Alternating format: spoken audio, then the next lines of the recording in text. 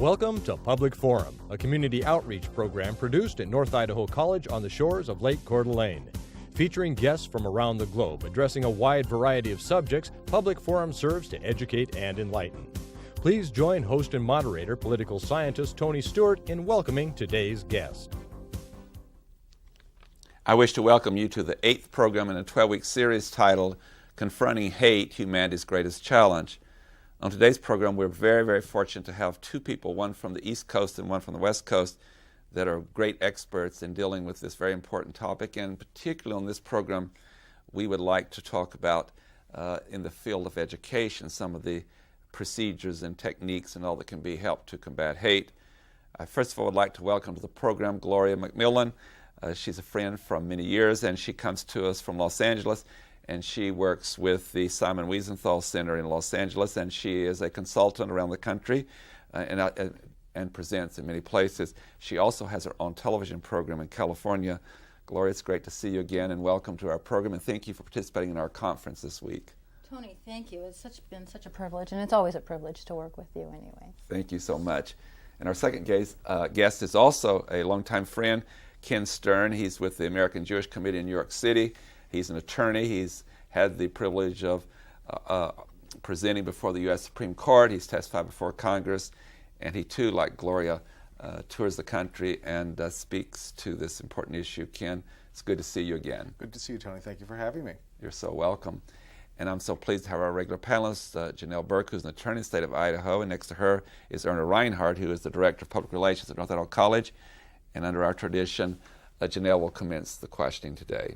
Ken, my first question is for you, and you are with the American Jewish Committee. Can you tell us what that organization is and then what you do with that organization? Sure. The American Jewish Committee is the oldest human rights organization in the United States. It was founded in 1906, and it serves to combat bigotry and anti-Semitism. It promotes democracy and pluralism. We have 32 offices in the U.S. and offices around the world.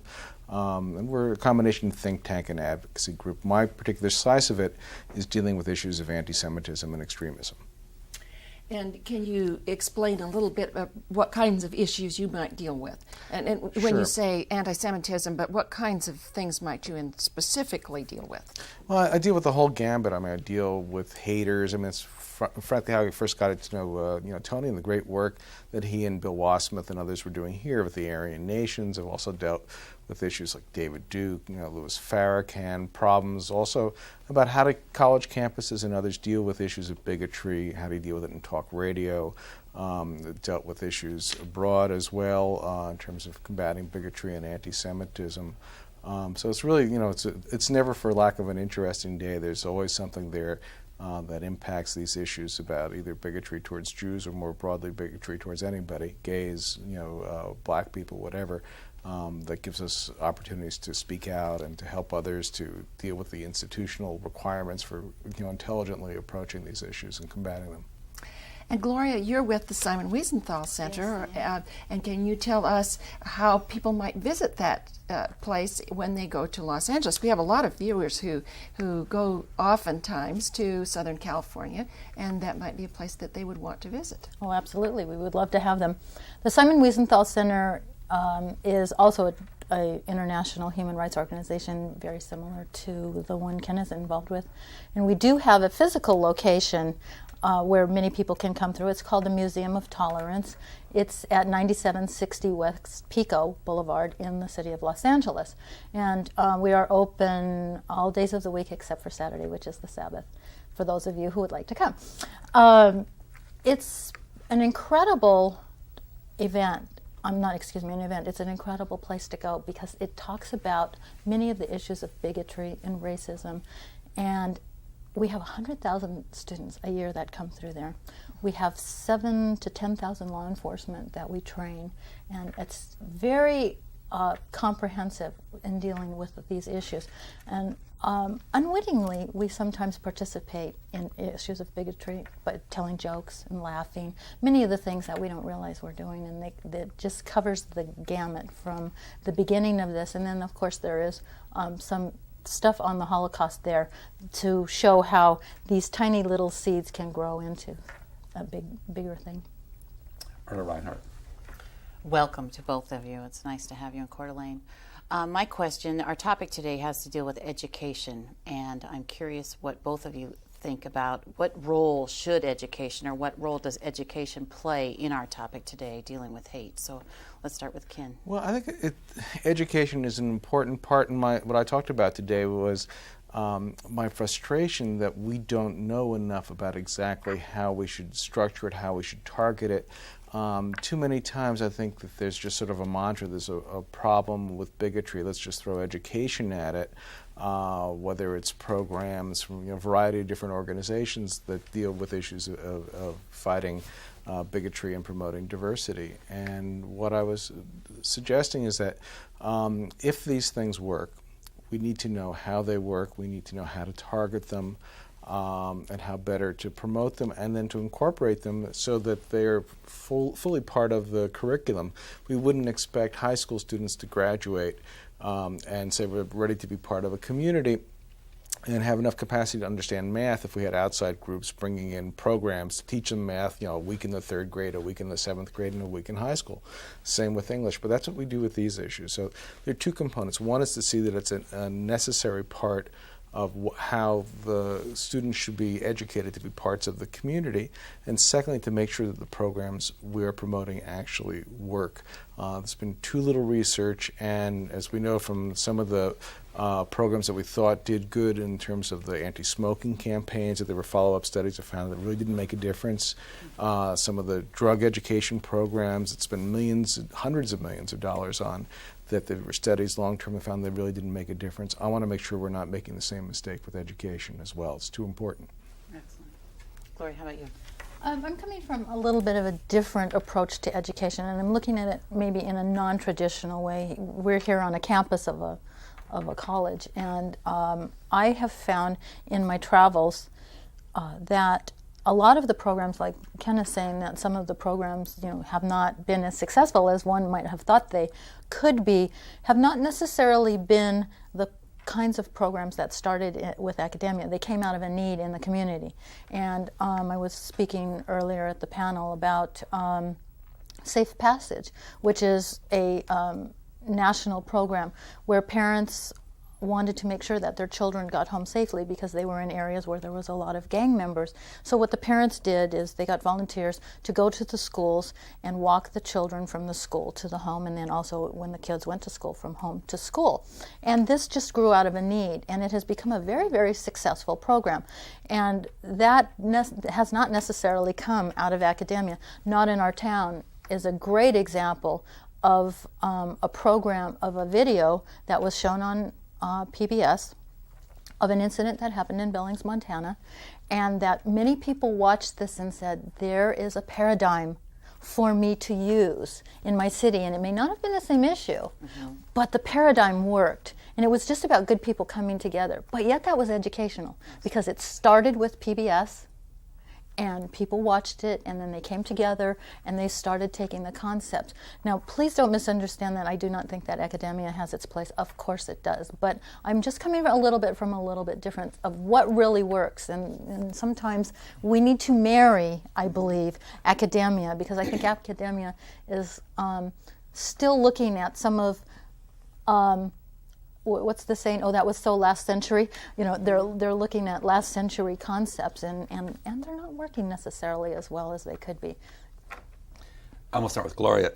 You and Ken and I had the opportunity to have a conversation after Ken's address today. I think he did a great job. He did. He was wonderful. We've just been so fortunate with all of you this week. It's been the highest quality of in-depth study of a very serious problem. Gloria, we were talking about, and you had some good examples of when you deal with a topic of this really importance and seriousness, some people don't want to deal with it. It's not pleasant, but it's been throughout history such a destructive aspect of the human history. Would you spend some time discussing why some people want to avoid the subject or are in denial? Is the first part of my question. And second is that if we do analyze it and study it, can we not improve, or isn't that essential to actually addressing a better world? Well, I think, yes, Yes and yes. Oftentimes we'll see people in wheelchairs, and we don't want to talk to them because we're not really sure how to approach them, and they feel like they're invisible, and they would almost rather have somebody say something bad to them and fumble trying to talk to them than not have them say anything at all. And I think we as a culture need to get over our own embarrassment of talking to someone about certain things, and I think it's because we feel not competent in having the conversation. It's the same when someone's dying. You'll find the person that's dying says, I just wish people would talk to me about this, but they don't. They're afraid to. They don't know how to approach it. And so it's the same thing. And I think that comes from our own feelings of inferiority, of not being able to know what to say and not wanting to hurt the person's feeling. Or maybe some people that would say things that would hurt someone else's feelings and they're holding back. Now, my approach to this is somewhat orthodox. Is I would get people in an environment where it may create some conflict, because in conflict you start thinking about things and you get angry, and as you're getting angry you're thinking, and that is a place of growth. And so I think I worked with a group of really interesting folks in Long Beach, California. This was an anti-violence program, but they were all different races, religions, sizes, shapes, and we had a lot of interesting discussions. And finally, once they had said most of the things, then that was out in the open, and then you can start dealing with it, right? And as I was mentioning to you, one of the greatest experiences I had was in Salt Lake City. It was a group of people that mostly were Mormon and really came from a very religious, meaning well place in their hearts. And this was a week-long conference on cultural diversity.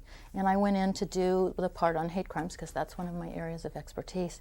And at the end of that, 2 of the students came forward and said, I'm a racist, I didn't know it, and I don't like that about myself. And isn't that the perfect place to stand, for growth? Thank you. Ken, also the same kind of question about the challenge of getting people to address the question, and then what do we do?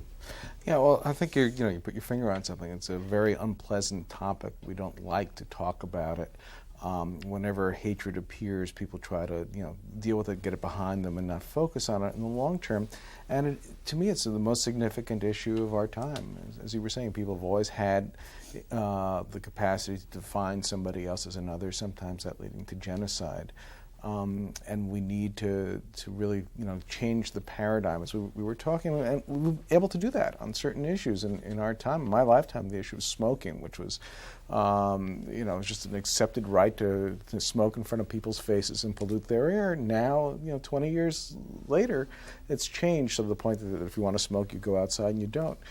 Drunk driving, so we've actually been able to focus on issues and get people's attention to them. This one in some ways may be a lot harder because it's much more basic. It strikes us in our gut, our identity. It isn't a behavior. It's really, who we are.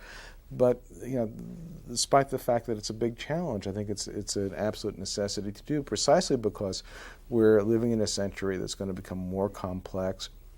We're living in a country where the demographics are changing, where at some point, if you believe the projections in the middle part of the century, we're going to have a majority of non-white people in the U.S., and there are some people that are going to find that a difficult concept, and there are going to be plenty of ideological and theological ways for them to go to express that type of frustration and anger and hatred that may lead to violence if we don't give them other models to direct them into a better, more inclusive place. And part of why I love coming out to this region as well to deal with this is because, this area has seen the face of hatred and has come together here to fight it very effectively as a model, to the rest of us.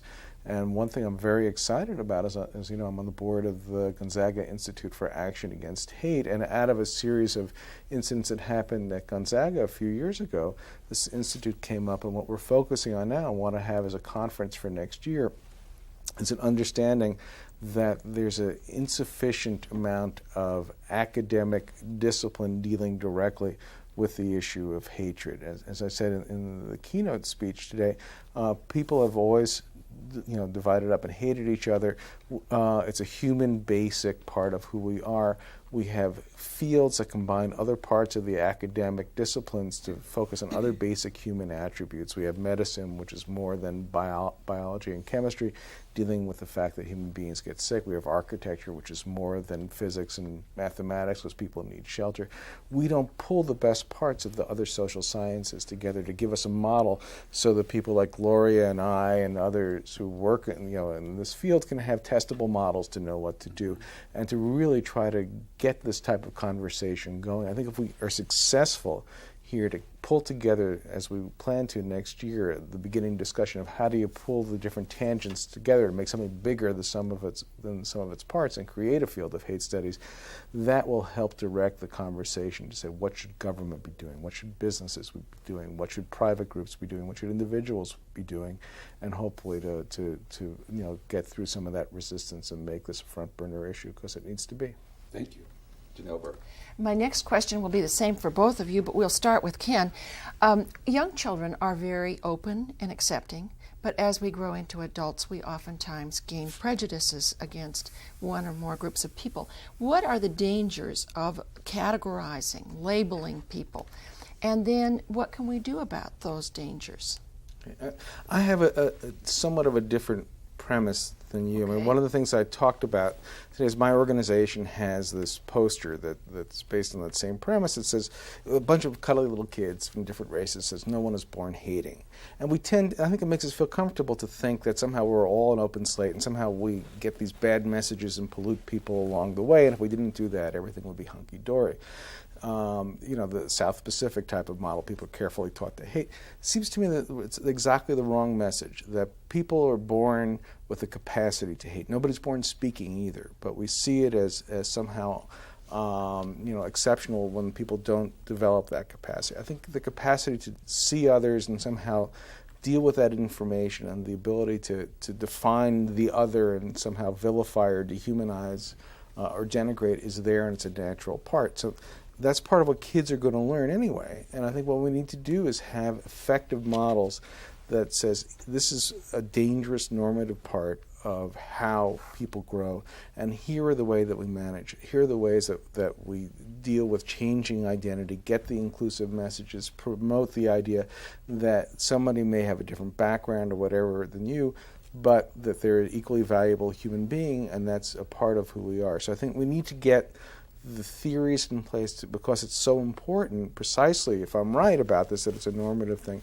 to get kids, and then to not say that it's just a matter of kids. I think it's one of the things we had in our panel today, the points that somebody was making, that there are different points along the road. I mean, we're all learning our entire lifetime, and we should never give up the opportunity to try to find ways to get to people and to make them understand that we're all part of a human family and that there's a terrible cost to hatred. And Gloria, what about you? Do you agree with Ken, or would you expand a little on Ken's ideas about the dangers? Of course I agree with Ken. And in addition to that, I'd like to say, Okay. I think hate is such a multi-layered concept that we're talking about it in simplistic terms, and we can't. I think that if an individual chooses to hate, that is their right. I wish that they didn't, because it's an unhealthy thing for them. But it's absolutely their right to hate. What's not all right is for them to act out on it. So if I say, I hate purple people, and I go to a purple person, and I do something that violates them in some way by attacking them or doing something to their home, then I've done something wrong. But if I just say I hate purple people and I don't do anything about it, then isn't that okay, and isn't that my right to do that?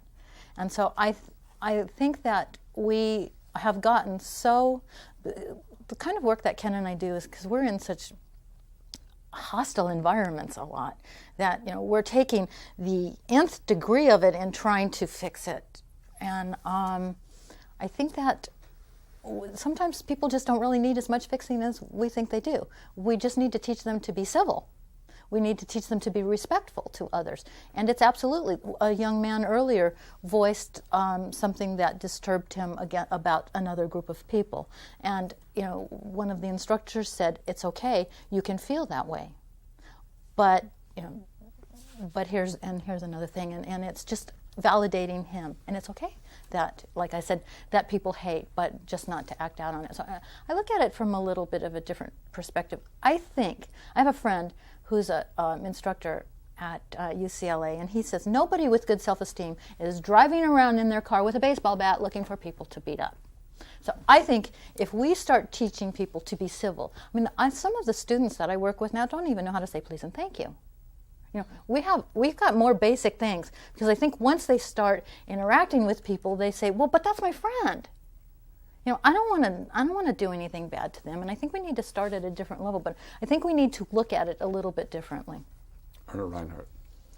This is such a complex issue, and I'm trying to figure out which question to ask. But I heard Ken today talk about a program that sounded very interesting to me, and I know that one of the things you've talked about was we're not quite sure what works and what doesn't work. But I'm real intrigued with your program that you were talking about today, about bringing high school students together from diverse backgrounds and having them do community service kinds of projects. Could you talk about that a little bit? It's not a program that exists. It's something that I've been advocating. But I disagree some with Gloria about the self-esteem part. I think there are people that have good self-esteem. Osama bin Laden probably has great self-esteem and has some hatred associated with him.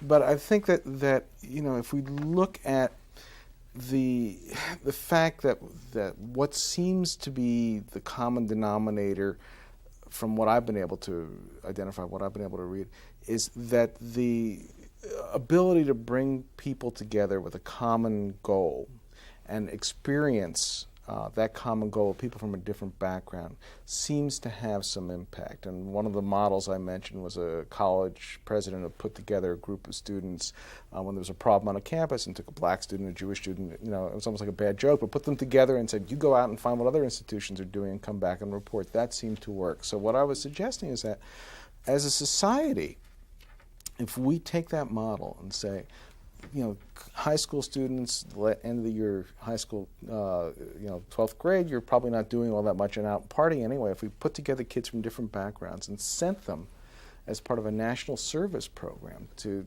work in a different community and they work together, my instinct tells me that might have good benefits. One of the reasons for that too is if you look at Israeli society, for example, where they have the draft of military service, that's a socializing thing. We tend to think of Israelis as Palestinians and Jews, but the Jewish community there is very varied as well. And a lot of the barriers between the people that came from the Middle East and the people that came from Europe and the different economics over, that's all broken down in Israeli society because they do put them together and give them a superordinate goal.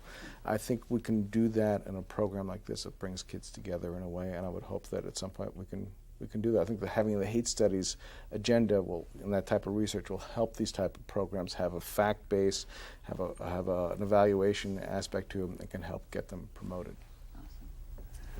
Gloria, please. Erna, that's a really good question. And I do have an experience with that. As I said earlier, I started this anti-violence program at one of our schools in Long Beach that had the highest racial incidences. And I had this concept, and I thought, if it works here, it'll work anywhere. So what they did, we have 4,000 students at this school, which is like a small city. And they're from every background and every language. The principal took he went to all the little pockets that they all hang out in, and he took like 2 of each. So we had good students with bad students, but the majority of the people in this were kids that didn't excel academically, and they were not in the excelled athletics. They had no place else to go to learn and to be accepted. We took this program, this was a year-long program, and this is where I was telling you where I got them together, where the conflict, I really had them talk to each other, I was purposely creating conflict. But the thing that I did, that I found, and this is because those of you who have been listening to me all week know that my passion is working with the community. And I believe community service is an answer to questions, and that's what you're talking about basically too. I took these kids and I brought in homeless people and I said, okay, let's find jobs for them. And these kids had never seen a homeless person. And these people came in and they talked about the lives that they had, and they said, oh my God, these are like really human beings. And all of a sudden they got really attached to the homeless people, and they got really disappointed when they couldn't find jobs for them. And the homeless people came in and they said, wow, here's a person that really, here's a gang member and he cares about me. And then I took them to the rescue mission, and we made sandwiches and we cleaned toilets and we made beds. And then I took them to Mexico, and we built homes for people who lived in cardboard boxes. And we did all of these different things. And at the end of this, the majority of them stopped doing what they were doing with no encouragement from me, because I never once said to them, I'm going to change you, and what you are is not okay. I said, let me show you something else. And at the end of this time, if you choose it with a capital C, I'm okay with it. But let me show you the options. They didn't know what options were available to them. And once they got into this community service, they started feeling good about themselves, and they started to have self-esteem. And I think the type of self-esteem that Osama bin Laden may have is a little different than the kind I'm talking about. But talking about a little kind of healthier self-esteem. And these kids just blossom. And I see them now. And they come up and they're really doing successful. We taught them conflict management, and they're just saying, thank you for doing that. And they, they're still struggling in life. I mean, it didn't cure them, but they have a lot more tools. Awesome. We just have about 30 seconds, but also I hear you saying, I think, Gloria, in addition to the gaining confidence in themselves, they also started understanding other people in the group that were different than they. And that's what they said. I said, what did you learn from this? And they said, I learned it was okay to interact with people that were different. And so a lot of times the hate can be there because individuals never take this opportunity to get to know others that are different. They stay in their own comfort zone with their own people, right? Exactly. On that note, we have to bring the program to conclusion. It's just so good to see both of you again. It's been way too long, and I want to thank Gloria McMillan and also Ken Stern for being on the program with us today. And come back and see us again. Thank you, Tony. Anytime. Ladies and gentlemen, I know that you found this most informative, and I'd like to invite you to be with us again next week, and we'll go to the 9th program in our very long series in dealing with confronting hate, humanity's greatest challenge. Until then, please have a good week. I am Tony Stewart.